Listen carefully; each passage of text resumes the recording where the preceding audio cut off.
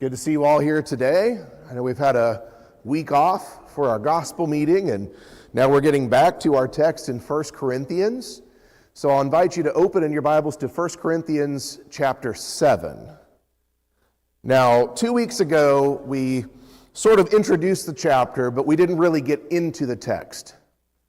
We largely just identified what some of the challenges and difficulties of this chapter are, and there's many of them. There's some particular words that are widely varied depending on your translation. There are some particular phrases or sentences in here that are somewhat challenging because I think grammatically they could be interpreted a couple of different ways, and that from a grammatical standpoint could be said to be accurate. So we kind of need to lean into context to try and get an idea. And what is the other factor? What is the major factor in this chapter that sort of makes it challenging to apply to today? What does Paul say in this chapter? What are some things he says in this chapter that make application for us today not impossible, but challenging? What do we know about the context of this chapter and his instructions here? How do we frame this? Present distress. That is something we're going to discuss when we get to verse 26. And that sort of flavors all of what Paul says in this chapter. And that's one of, to me, the biggest challenges in this chapter is trying to decipher between what was good advice for the Corinthians in the first century facing whatever distress they were experiencing, versus simply teaching that is applicable no matter what. So those are some of the big challenges we talked about last week in introducing this chapter. But now let's just get into the text and spend some time today going through as much of this chapter as we can accomplish today. So let's look first of all at verses 1 through 5 for starters. 1 Corinthians 7, verses 1 through 5. Now concerning the things of which you wrote to me, it is good for a man not to touch a woman. Nevertheless, because of sexual immorality, let each man have his own wife, and let each woman have her own husband. Let the husband render to his wife the affection due her, and likewise also the wife to her husband. The wife does not have authority over her own body, but the husband does. And likewise, the husband does not have authority over his own body, but the wife does. Do not deprive one another, except with consent for a time, that you may give yourselves to fasting and prayer, and come together again, so that Satan does not tempt you because of your lack of self-control. So that seems like a pretty good unit of thought there in these first 5 verses. And this is really a change of gears for the whole letter. This is where Paul begins to address questions that they seem to have written him about. Whereas everything up to this point in the first 6 chapters is simply Paul dealing with the news he's heard about them. And none of it has really been particularly good. So he's trying to deal with the underlying issue that they are very worldly in their thinking, which has led to them being divided and split up and very sectarian, and that's caused all kinds of problems. So he's getting at the root problem, but now he is coming to, and you'll see how that worldly thinking, they're bringing Corinth into the church, the Corinthian way of thinking. You'll see how that sort of affects everything that's wrong in this church to some degree or another. Now concerning, that's going to be a common phrase in the back half of the Corinthian letter. So now concerning the things of which you wrote, and we're going to take a stab at what we think this question was in just a moment. And you'll notice halfway through this chapter in verse 25, now concerning virgins. Chapter 8, now concerning things offered to idols. And in a couple of other places throughout the letter, he's going to talk about some things concerning spiritual gifts in chapter 12, or in chapter 16, concerning the collection.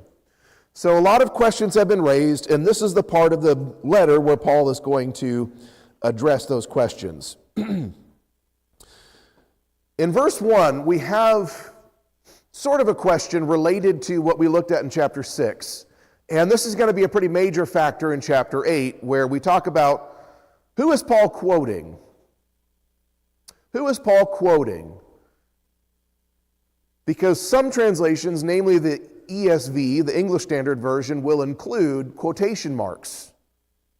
And it's not that they're adding something presumptuously, it's that they are earnestly concluding that that is punctuation that should be there based on the context. But that can also flavor our interpretation of the text one way or another. And so in chapter 8, it sounds like he's going to be doing a little bit of that didactic, where he quotes them and then responds, quotes them and responds. And that could be sort of what's happening here in verse 1.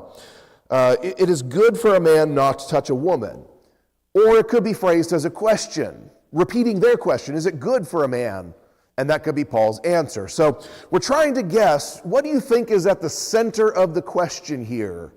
Now, I'll just say this. We want to come to chapter 7 and look for every answer we have about every possible divorce and remarriage scenario. Is that what Paul is addressing? What do you think the question might be that the Corinthians were wanting to understand? What is at the heart of this issue here? When he says, it is good for a man not to touch a woman, nevertheless, because of sexual immorality, let each man have his own wife, and let each woman have her own husband. Seems like immorality. That is identified there in verse 2. And I think that's at the heart of it, and that fits well with at the end of chapter 6. He's talking about you shouldn't join yourself to a harlot in the temple, or a priestess of Aphrodite, if you will. And so immorality, and that carries over into chapter 7, but a different side of it. Cecil? The opposite of sexual immorality is chastity. And I find that to be thrown throughout this chapter in 4 different categories. Chastity, all right, is the opposite of sexual immorality. Is kind of the central theme, as Cecil is suggesting. So we'll keep our eyes out for that. Brady, and then is Jesse? Okay. I don't think he's saying it's a really great thing not to get married. Because if you turn to 1 Timothy 4, one of the things that he identifies as characteristics of the Gnostics, we're going to forbid marriage. Yeah. And he identifies that as a defining characteristic. So for us to suggest that Paul's saying it's a great thing not to get married, and then he condemns in 1 Timothy 4. Yeah. I think that's 1 Timothy 4 and verse 3. Where he says, among other things, they forbid to marry. And that's in a list of what the false teachers or Gnostics are doing, something that is certainly not, it's not right to insist or enforce that on someone else. So, and I would add to Brady's point that when you go back to Genesis, it is not good for man to be alone. I mean, the whole Bible makes a case, and even Paul, when you get to Ephesians chapter 5, the beautiful imagery of marriage being a living parable of the relationship of Christ in the church. And there's so much in the Bible that shows the beauty of marriage and shows that it is a good thing. And so I think Brady's right. That's not the conclusion, that marriage is bad. And that's certainly not what Paul is trying to convey in this chapter. Jesse, and then Gil.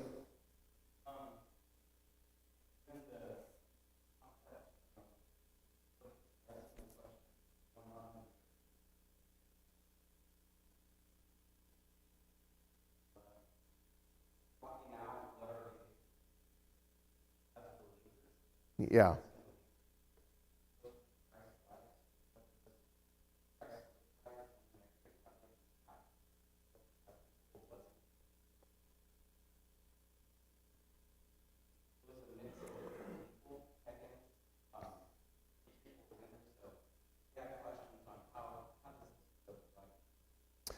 Yeah. What does Christ-like behavior look like in these different scenarios? And you're going to see that verses 17 through 24 when he talks about live as you are called, or remain in the condition in which you're called. He's going to bring in other scenarios that have sort of cultural impact, if you will, about circumcised or uncircumcised, slave or free. And so it's all about, as a Christian, how does that affect the way I present myself to the world? So that's a good way to think about it. Gil? Not necessarily a big fan of the thought of have to think like they would think. Second Timothy 3 tells us that all scripture, all of it.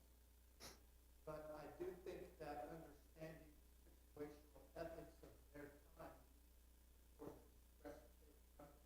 Yeah. There were questions that they had concerning, should we, is it commanded by God that we get married or not? I think Cecil's right. It's a discussion of contrast between having a spouse or being celibate. And that's what Paul is going to be addressing. He doesn't say you have to be married, but if you are, there are certain laws and rules that govern. Yeah. So Gil brings up the idea of celibacy, and I would say that sexual immorality and celibacy tend to be the focus of whatever specific question they're asking, however their question was worded. This seems to be at the heart of it. And here's where, when you just kind of compare this to Matthew 19, you get very different motives here. They both deal with the same topic, but they're not addressing really the same attitudes here. In Matthew 19, it's this idea of, can we just divorce? Well, why did they want a divorce? Because I want to marry her instead. But I gave my wife, I gave her a certificate, so I did it proper. And Jesus says, no, that's just adultery with extra steps. So their motivation in Matthew 19 is, we want a divorce so we can go marry someone different. We want to marry up. Here, it seems to be, again, questions about marriage, but the motivation here is very different. From the first couple verses, it seems like they're interested in, well, is celibacy better? Is it good for a man not to touch a woman? Because in their culture, people didn't really live the single life. And maybe they're pondering, and we have to speculate a little bit. Maybe they're pondering, well, this is better. If we just live celibate, and then you can see how that gets into other questions. What if I'm married to an unbeliever? Does that defile me? Would it be better if I just divorced her and became single and remained celibate? So celibacy seems to be one of the main questions or at the heart of whatever it is they're asking. Cecil and then Marcel.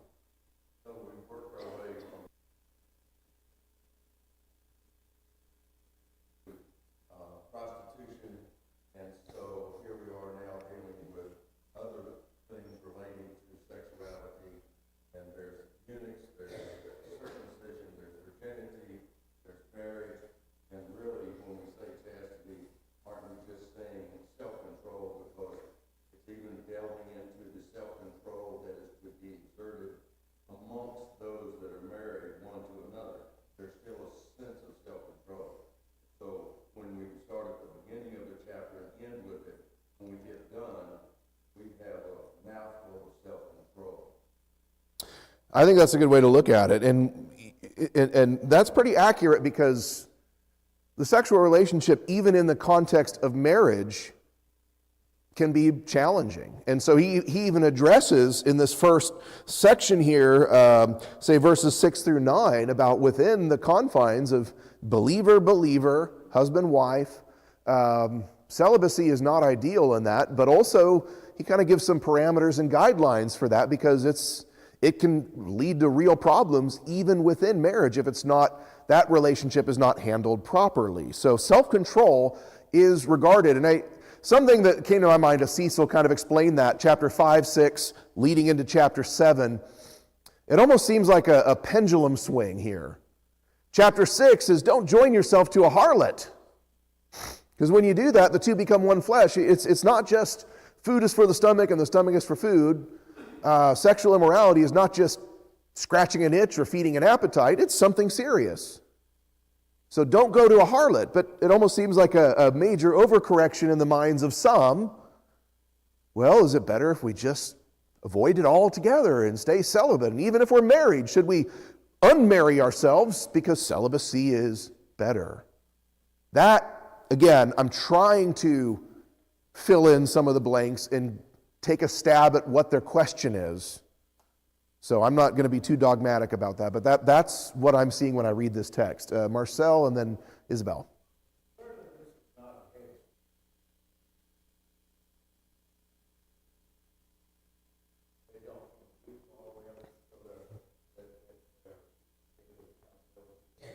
But we have to look at the flesh in some instances what we're dating. Human behavior is not complicated. So we judge people by their faces, how they look, how they walk, their intellect, and that's not prostitution. And that's not wrong when we do that. I don't think Paul is saying here that we should, the verse 6 says, by concession, not by command. Yeah, we're going to talk about verse 6 in just a moment for sure. I think he's talking about here that marriage belongs to an institution from God, and that we should treat even our lives as if you're married instead.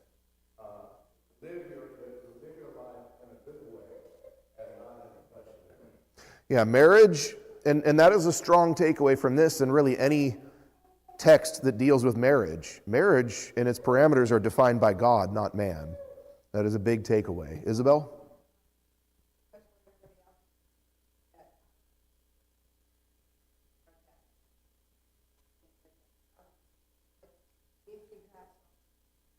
Yeah. Yeah, so let's explore this question a little bit more. I just wanted to look at the first two verses to try and get a sense in what they may be asking, and I think celibacy is somewhere in the mix of it. Chris, go ahead. Self-control and balance. Yeah, and so he is going to cover, as far as balance, he is going to cover, well, this is preferable under present distress, perhaps. But if you do this, you're not wrong. So he is trying to cover all angles of this. And that's why as we go through this chapter, you're going to see believers married to believers, believers married to unbelievers. You're going to consider widows and virgins. He's kind of addressing every aspect, every angle of this. And I think balance, that could be a good way to look at this as well. So the first two verses, I'm just convinced by this that somewhere at the core of what they're asking is this idea of celibacy in their minds had become the ideal, the preferable spiritual condition. And Paul's answer in verse 3 and 4 is when we talk about the married couples and within the confines of marriage, within that context, celibacy is not preferable. It is not ideal, especially if it's one spouse's idea and not the other's. That creates a really, really bad scenario. So he goes on to describe this, verses 3 and 4. Let the husband render to his wife the affection due her, and likewise the wife to her husband. The wife does not have authority over her own body, but the husband does. Likewise, the husband does not have authority over his body, the wife does. I like the symmetry. I appreciate the symmetry of this verse, the equality of this verse. This verse is not teaching that you have sexual rights over your spouse whenever you want. But it is saying that you're going to not have this attitude of wanting to withhold the sexual relationship from your partner. So this is not saying, and that's why I think it's reciprocal with husbands and wives. It's not giving you free rein to just insist on your rights for sexual union anytime you want. But I think Paul is just generally saying that in marriage, celibacy is not ideal. And you need to look at it as, I don't have authority over my own body. It belongs to my spouse. And let the husband render to his wife the affection due. I like that phrase, due. It's owed to. And likewise she to her husband. So there's this equality in this verse. And basically he's just saying that it's not wrong And it could be a good thing for a man not to touch a woman, but if we're talking about a husband-wife, what is sort of the exception? What is the one exception that he does bring up where it might be acceptable for a time? If they both agree to it, so there's conditions to it, both have to be in agreement on this.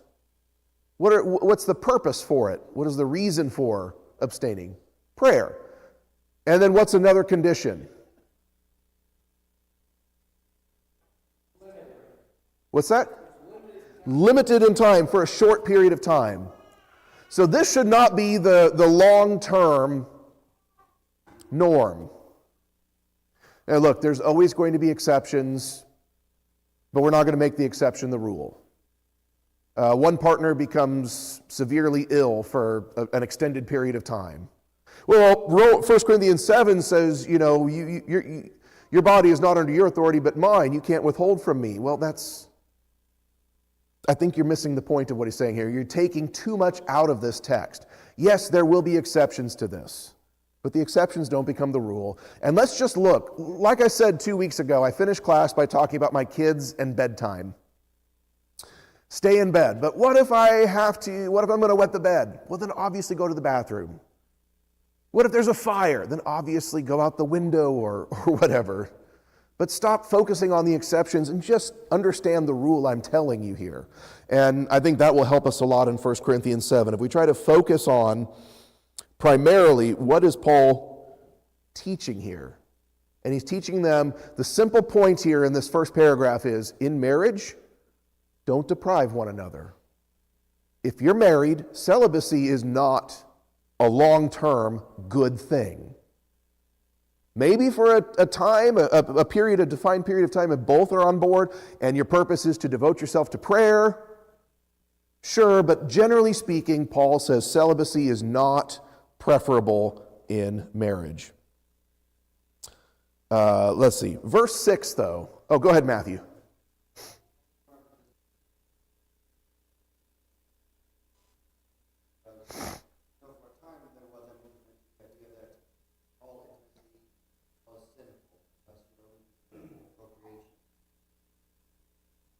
Yeah.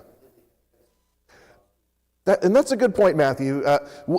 Is there any mention of procreation? That's not the main point Paul is teaching, but that is a conclusion we can derive from this. Is there any mention or reference to procreation at all? So sex in marriage does not have to strictly be about procreation. So that's a good side point. I don't know if that's the point you were intending, but it was kind of a corollary to your thought there. But Scott and then Chris.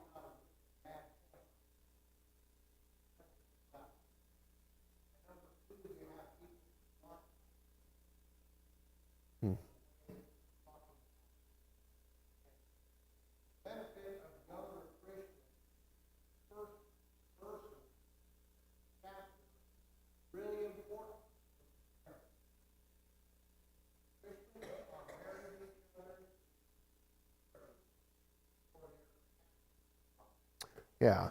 So the two of the biggest problems that you encounter in marriages that blow up would be one partner has one or both have a bad temper, and the other scenario would be one partner does not see to the needs of the other. And I think I could summarize that by saying marriage is simply elevating the needs of your partner ahead of your own. And if both have that mentality, I think that's the recipe for a marriage that will endure some of the trials. Good. Chris and then Marcel, and then let's kind of move on to verse 6 after this. Go ahead.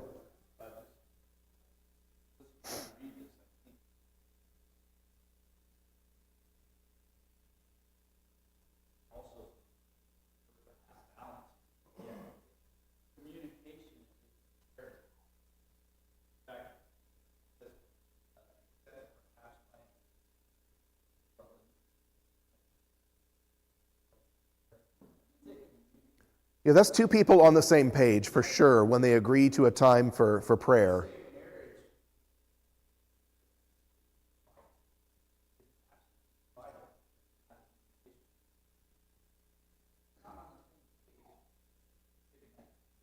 Yeah, communication is vitally important in marriage, and I think Paul is describing, I'm imagining there are scenarios in Corinth where they are not on the same page, where one partner is just deciding, well, this is a better choice. This is the better spiritual option, and the other's like, well, I don't think so. I don't agree to this. I think there's a lot of scenarios in Corinth where people are not on the same page. Marcel, and then Cecil.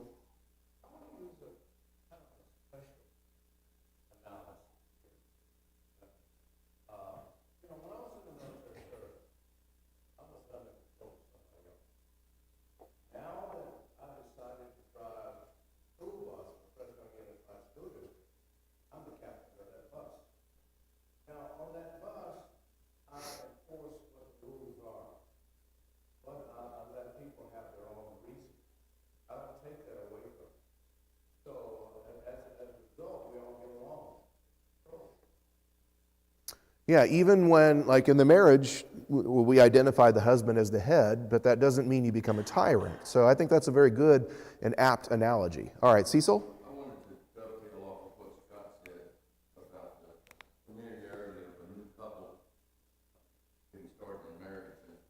And we actually go back to Deuteronomy chapter 24 in verse 5.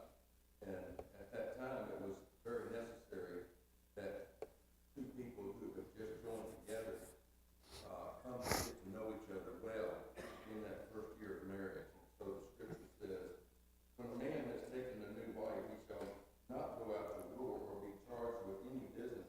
He shall be free at home 1 year and bring happiness to his wife whom he has taken.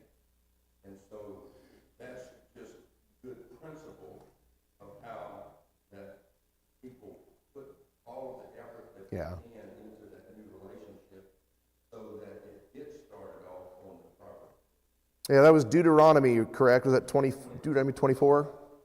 That's a good verse about marriage, that the husband with a new wife for 1 year doesn't go out to battle, stays home and gives happiness or brings happiness to his wife. And so invest early in the marriage. That's how investments work. The earlier, the better the return will be down the road. So good. Now verse 6, this brings up an interesting point. Now I say this as a concession, not as a commandment. And that reminds me, what did you call these, Brady, last week? Messy verses. First of all, and here's a good example of from a grammatical standpoint, is he talking about what he just said, or is he talking about what he's about to say next? I don't have an answer.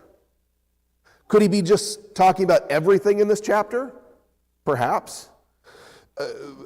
But these two thoughts, before and after this, are unrelated entirely. But this I say as a concession, not as a commandment. And it could be, if he's talking about what he just said, that celibacy in marriage is not ideal unless for a short time for prayer. That's a concession. That's not a commandment. I'm not saying you have to do that. That makes sense. Or he could be saying about what comes next in verses 7, 8, and 9. Gil?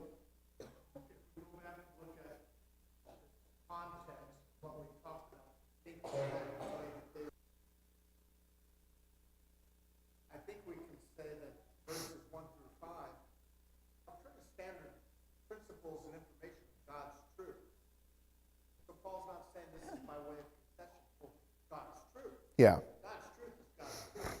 But when you get verses 7 through 8 and 9, well, yeah, now he's talking about things that are kind of, a choice, if you will. Yeah. Don't get married, get married. Well, this is the session that I'm giving. Yeah. So it could grammatically be read either way, but Gil makes a good point that contextually it seems like the first 5 verses are pretty standard teaching, but what comes next? Let's look at verses 7, 8, and 9. This is definitely more opinion from Paul. And he says, I wish all men were even as I myself. And there's a debate among biblical scholars. Was Paul never married? Was he divorced? Was he a widower? I don't know, but it seems pretty clear by this that he is at this point in his life, not married, and it doesn't shed any light on, previously. Although some would contend that if he was, like I said, singleness was looked down upon in that culture. And so people generally weren't single by choice. And certainly to be in the position he was as a Pharisee, it's unlikely he would have been single. But that's all speculation.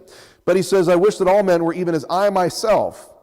I'm inferring that means single or unmarried. But each one has his own gift from God, one in this manner and another in that. And I think that's an important way to look at this too. Singleness can be a gift. It can be a gift. And he'll talk about that later, about how when you're married, you have other concerns, especially under that current distress that he's talking about. But the single person is only concerned with the things of the Lord. So he talks about it as a gift. But I say to the unmarried and to the widows, it is good for them if they remain even as I am. But if they cannot exercise self-control, let them marry, for it is better to marry than to burn with passion. So I don't want to read too much into this, but it just sounds like a pretty simple concept from Paul. My idea is it's better if you remain as I am, but that's not everyone's gift, if you will. Not everyone is content. And as Chris pointed out a number of times, self-control is a central theme of this chapter. And if you don't have the self-control for the celibate single life, it's better to marry. And burn in hell or burn with passion. I think burn with passion is probably how you ought to interpret that. Brady and then Gil. How would you dovetail that with his statement in 1 Timothy 5:14, therefore I want young widows to get married and bear children? In one place he says don't, in another place he says do. So how do you... That's where I come back to 1 Corinthians 7 is more flavored by the present distress than maybe other texts are. Because that is one of those difficulties. 1 Timothy chapter 5 and verse 14. Older widows is another story, but he talks about younger widows. They shouldn't be supported by the church financially. They should get married. They should bear children. So certainly, I wouldn't look at everything in 1 Corinthians 7 as an across-the-board binding law, because other parts of the Bible seemingly contradict it. So I don't see it as a contradiction either, to be clear. That's how I'd reconcile it is I would look at 1 Corinthians 7 as strongly flavored by that present distress, and that's why Paul leans more into advice than commandment than he does in other places. Gil? And I think that's the contrast. What Paul's saying here isn't that this is my opinion and my opinion is not scripture. He's not contrasting scriptural with his opinion. He said my opinion is scriptural, meaning you don't want to get married. God's okay with that. Yeah. He doesn't have a command against it. Contrast then when in 1 Timothy that you're looking at, again he's saying church can take care of widows indeed, but you younger widows, not so. Go out and get married, find a husband. You have to take care of yourself. It doesn't contradict anything. Yeah, that's a good way to think about it. So those two ideas can be reconciled, and that's again where Paul, if we get back to the central question about celibacy, what Paul is saying here in this first paragraph, when we look at verses 1 through 9, he's saying, if you're married, celibacy is not ideal. That is creating a bad situation if one partner chooses celibacy and the other didn't choose it.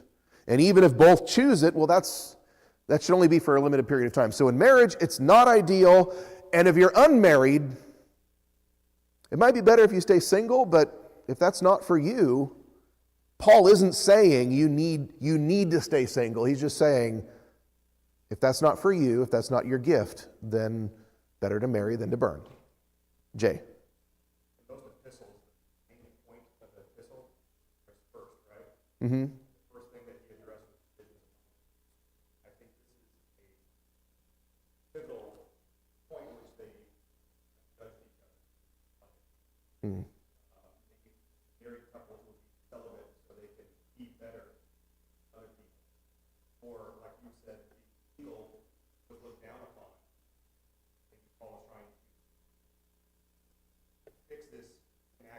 Yeah. a way of judging, hearing people into the rank and placing others above you. I could see this as a way of leveraging, especially look at chapter 6. Well, brother so-and-so goes to temple prostitutes, and that's just vile and horrible. We don't even though I'm married, I don't even dirty myself, in marriage. I'm better than that. I could see it as a way of leveraging yourself as being in a better position than someone else.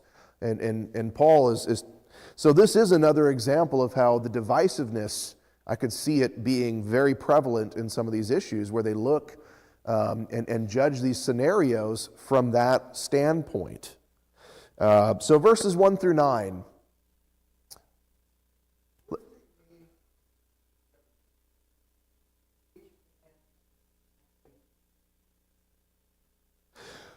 So I'm open to other interpretations, and I'll say I haven't thought too deeply on it, but at surface level, each one has his own gift from God. If you're content to be celibate and you're not married, we address that. If you're married, celibacy, you already crossed that bridge. You can't go back to celibacy. But if you're single and you're okay with being celibate, you're okay with remaining single, that could be your gift. That could be a gift. That's kind of how I take it, but I'd be willing to another interpretation if someone, suggested something and had a way to back that up. But that's just how I look at it. Is singleness can be a gift from God, but it's not everybody's gift. Some people, if they can't exercise self-control, let them marry, for it's better to marry than to burn with passion. So, fairly straightforward concept there. Singleness isn't for everybody, but Paul seems to be recommending it in this scenario. So as we move on, we get to some other scenarios. Oh, go ahead, Cecil. Gift could mean your vocation, whether you're a sailor, whether you're off away from your family for years, or whatever your choice of your vocation is that you've chosen for X number of years, even before you decide to get married. And in Paul's case, he's an apostle. He sees the benefit of not being married and being able to be free to be involved in bad situations like at Philippi and other things Yeah. that he had to endure that his family is not dragged into. So, Yeah. You can see how that was a gift to Paul to be single in the sense that and we'll talk about that when we get to the end of the chapter, but when he was in mortal danger, he wasn't tempted to cave into pressure to protect a wife or children. And if you're a husband, you're a protector, that's a valid concern, but you can see under extreme distress or threat of life how that can also be add a degree of difficulty. I want to move on and look at this next paragraph here. Marcel, you want to add something to that?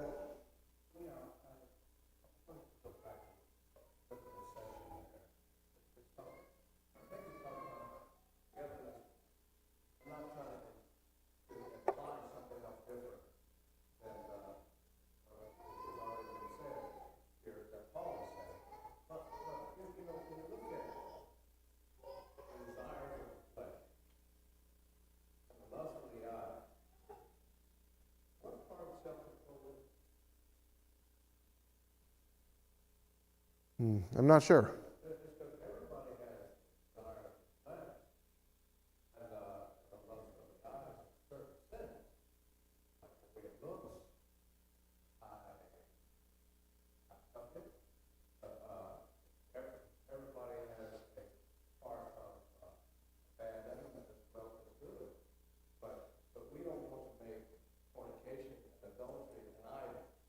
Right.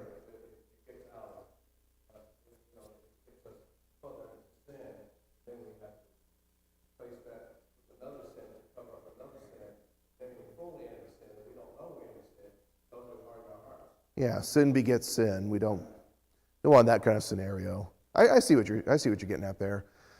But as we look ahead to verses 10 through 16, he addresses a contrast between married believers versus a believer married to an unbeliever. And so with a little bit of time left, I want to ask the question, what does Paul mean Now to the married I command, yet not I, but the Lord. But then why does he say later on that verse 12, but to the rest I, not the Lord, say? What does Paul mean by that? That's one way to look at it. And from a grammatical standpoint, this is one of those texts where grammatically it could mean a couple of different things. So it's either the difference between, do you say a command or an opinion? Brady?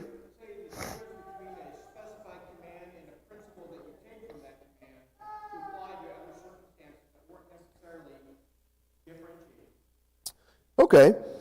Now, one thing we can rule out, and sometimes this is a good place to start, can we rule out some answers that are definitely not what it is? Not contradicting. And that's where we'll start. Paul is not saying, Jesus says this, but I say to you. Paul is not contradicting Jesus.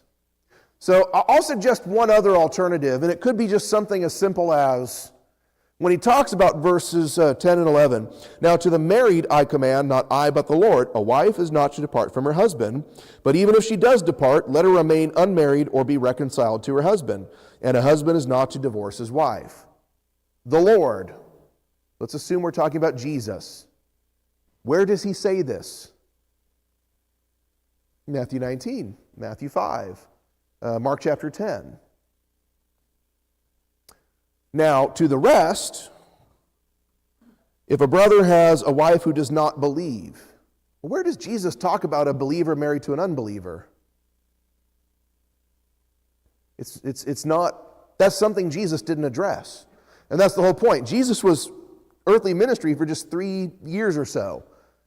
He didn't cover everything. He came to do the job, lay a foundation, teach the teaching, but also to die on the cross of the sacrifice, but then he handed off to the apostles.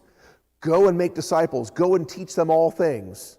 So the apostles continue this idea of revealing the fullness of truth. This is something, it could be just that simple. Jesus didn't address it.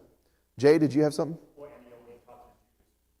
Yeah, and Jesus' audience was pretty much exclusively Jews, other than those occasions he talked to Samaritans, but Samaritans are sort of like Jews. They had the same background, some of the same beliefs, but generally Jesus spoke to Jewish audience, especially on this topic.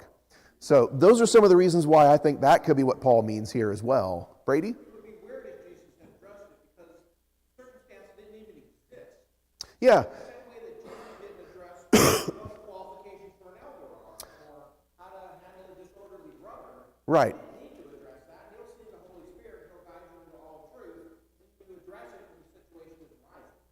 Yeah, that's right. It would have been odd for Jesus to address this. His kingdom had not been inaugurated, and the church was not on earth at that point. He had not built his church, so why would he talk about believer and unbeliever? So that's one way I think is a simple way to look at this. Paul says, well, we already know Jesus addressed this, but when we talk about your questions about married to an unbeliever, I've got more to say. Cecil? Today, it's a choice of being married, and the state that the person is already in is that they're either of Christ or they're not of Christ. At that point in time, when this whole Jesus thing started, it was someone comes to Christ while they're married, and the spouse has not yet come to Christ. And so then we have this kind of scripture necessary to be able to deal with that problem. Yeah, that seems to be the most likely scenario is someone is converted to Christ, these Corinthians, and maybe their spouse has not come along with them on that spiritual journey. And so that raises questions, and we're basically out of time, but let me give you a few thoughts to chew on for next week. When he talks about verse 14, unbelieving husband is sanctified by the wife, and the unbelieving wife is sanctified by the husband, and same with the children being clean or unclean. Think about what he's talking about there, and again, try to ask what were the Corinthians thinking? What questions are plaguing them in these scenarios. So we'll pick up with this paragraph here, verses 10 through 16, and we'll largely look at verses 12 through 16 next week, because that's something new and different than was addressed by Jesus. But we'll look at verses 10 through 16 to begin class next week. Thank you.